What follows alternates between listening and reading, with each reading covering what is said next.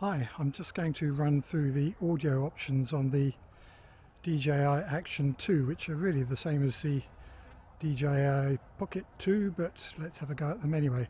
So I'm currently talking just on the front microphone.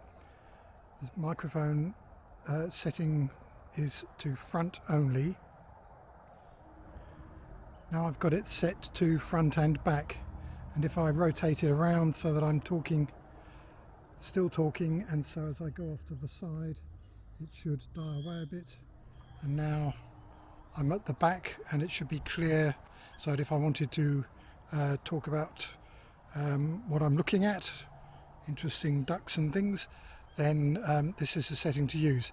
So rotating still, should be a bit off mic now, and back to the front, and here I am again in the sound field. So here I am using the all settings, so that all four mics are working. This is the one on the front. This is the one which is to the right hand side, I think, if I've got my geography correct. Now I'll turn it to so that I'm talking to the back. Just talking to the back now, should still be very clear. And now I'm talking to the left side, and that should be clear as well.